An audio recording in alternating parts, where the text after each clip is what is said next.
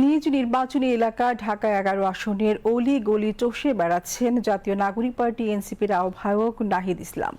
সকালে রাজধানীর রামপুরা এলাকায় বেশ কয়েকটি নির্বাচনী ক্যাম্প উদ্বোধনের পাশাপাশি ব্যাপক গণসংযোগ করেন জামায়াত নেতৃত্বাধীন ১১ দলীয় জোটের এই শীর্ষ নেতা। এ সময় নিজ প্রতীক শাপলা কলি সহ সারা দেশের ১১ দলীয় জোটের প্রার্থীদের বিজয়ী করার আহ্বান জানান তিনি। বিস্তারিত মেজবা শিমুলের প্রতিবেদনে। ভোর ৭টা থেকেই নির্বাচনী গণসংযোগে নামেন ঢাকা ১১ আসনের শাপলাকলি প্রতীকের প্রার্থী ও ১১ দলীয় জোট নেতা নাহিদ ইসলাম।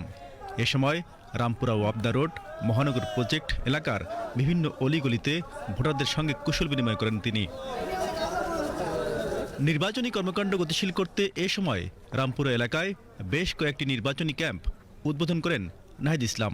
সবার সদিচ্ছা থাকে, কোনো দল যদি ভোট কেন্দ্র দখলের বা অন্য কোনো প্ল্যান তাদের না থাকে তাহলে এটা সম্ভব। অবশ্যই সরকারের সেই দুর্বলতা রয়েছে, নির্বাচন কমিশন নিজেরই দুর্বলতা আছে। নির্বাচন কমিশনে যারা কাজ করছে এরা আগের আমলের লোক, এরা কিন্তু পরিবর্তন হয় নাই, বেশিরভাগ নির্বাচন কমিশন সংস্কার হয় নাই।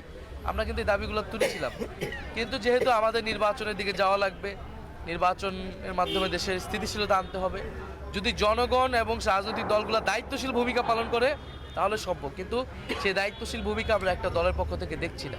নির্বাচনে এখনও লেভেল প্লেয়িং ফিল্ড নিশ্চিত হয়নি এমন অভিযোগ করে নাহিদ ইসলাম বলেন, নির্বাচন কমিশনের দুর্বলতা প্রকাশ পাচ্ছে।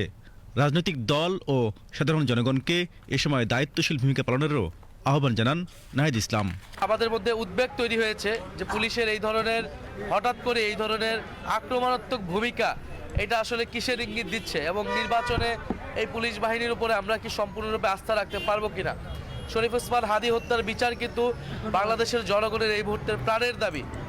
সেই বিচারের দাবিতে তারা ক্ষুব্ধ জনগণ সেখানে গিয়েছেন, শরীফ ওসমান হাদীর পরিবার বন্ধু বান্ধবরা গিয়েছেন, তাদের উপরে এই পুলিশে আক্রমণ কোনোভাবে মেনে নেওয়া যায় না। আমরা এটার নিন্দা এবং প্রতিবাদ জানাই। শুক্রবার রাজধানীতে ইনকিলাব মঞ্চের নেতাকর্মীদের উপর পুলিশি হামলায় নিন্দা জানিয়ে তিনি বলেন, সেখানে সাংবাদিকদের উপরও হামলা করা হয়েছে।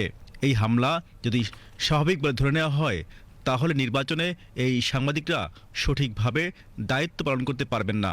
সাংবাদিকদের উপরে হামলা এই জিনিসটার মানে নর্মালাইজ হয়ে যায়, তাহলে দেখবেন ভোটের দিন সাংবাদিকদের মারধর করা হবে, পুলিশ মারবে বা অন্য বিভিন্ন সন্ত্রাসীরা মারধর করে সরিয়ে দেবে। এটার কিন্তু একটা বৈধতা তৈরি করা হচ্ছে বা একটা প্র্যাকটিস তৈরি করা হচ্ছে। আমি মনে করি এটা অনেক বেশি নিন্দনীয়। সাংবাদিক ভাই বোনদের তাদের তথ্য নেওয়ার জন্য সেটার স্বাধীনতা আমাদের নিশ্চিত করতে হবে। পুলিশের জায়গা থেকে এই ধরনের আচরণ কোনোভাবেই মেনে নেওয়া যায় না। রামপুরা এলাকায় গণসংযোগ শেষে নাহিদ ইসলাম তার নেতাকর্মীদের নিয়ে বৃহত্তর বাড্ডা ও ভাটারা এলাকায় গণসংযোগ করেন। মেজবা শিমুল, বিটিভি নিউজ, ঢাকা।